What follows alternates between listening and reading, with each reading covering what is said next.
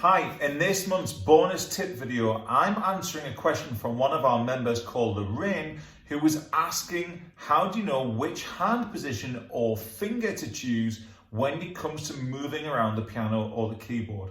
That's a really common question for people of all ability levels. So let's talk about some of the thoughts that I have in terms of how to know which finger to use and what my golden rules are when it comes to choosing where to put your hands on the piano.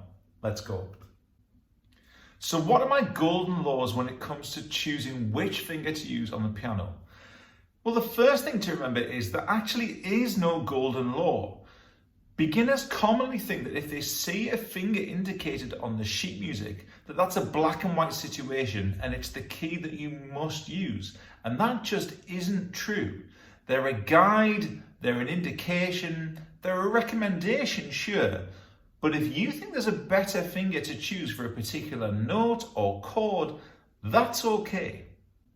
Saying all that, music publishers are usually pretty good. The fingers that are indicated have usually been thought about probably by a pretty experienced piano player. So if you see a finger number indicated above or below a note, it's a good starting point to at least check that out and see how it works for you. But when it comes to choosing which finger or hand position to use, there are some good tips that I can give you to try and help you along the way. So tip number one, don't look at notes as individual notes. Try and see them as part of a pattern or part of a shape, part of a phrase, part of a few bars, part of a line of music. What you're trying to do is you're trying to minimize the number of times you need to move around the keyboard or piano. If you can find a way to get a whole phrase or a line of music underneath your hand without needing to move around, then that's much more preferable than seeing the notes individually and kind of firefighting, working out what is the best finger on a note by note basis. So tip number one is definitely, can you find a way to fit as many notes as possible within this phrase within the grasp of your hand, even if it means you've got to stretch the fingers apart a little, rather than having to move from note to note. And my second biggest tip when it comes to choosing which finger on the piano or keyboard to use is that you shouldn't start at the beginning of a phrase and work forwards. You should start at the end of a phrase and work backwards. Now that sounds really complex. Why would you want to do that? And it's kind of connected to the first tip. We're trying to see notes as part of a phrase or as part of a melody, not just in isolation.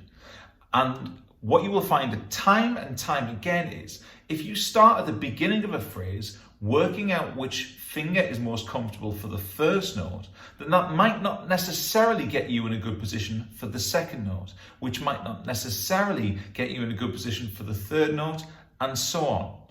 But if you start at the end of a phrase and work out what would be the ideal finger for me to land on when I get here, well, if that's going to be the case, what would have ideally got me there? Then back a note further. What would ideally have got me to that finger? Then back a note further. What would ideally have got me to that finger? And so on. You'll then find that the phrase starts to take shape where you're having a much more comfortable transition from finger to finger or hand position to hand position, rather than starting at the beginning and working forwards. So I hope that helps. They're my best tips to get you started on the journey to decide which finger or hand position you should use as you move around the piano or keyboard. You're trying to get as many notes as possible underneath your hand shape and not just seeing notes in isolation. Why? Because you're trying to minimize the number of times you need to move from one place on the keyboard to another. And rather than starting at the beginning of the phrase and firefighting one note at a time going forwards, start at the end of the phrase and work out your ideal position that you would like to finish in, and then go a note in front of that, a note in front of that, and work out at each stage how you ideally would have got there. And you'll find that your fingering and hand positions have a much more fluent transition than they would have done had you started at the beginning. Let me know in the Facebook group if you have any questions about this or anything else you'd like answered in future bonus tip videos, and I'll see you in Piano Legends again very soon.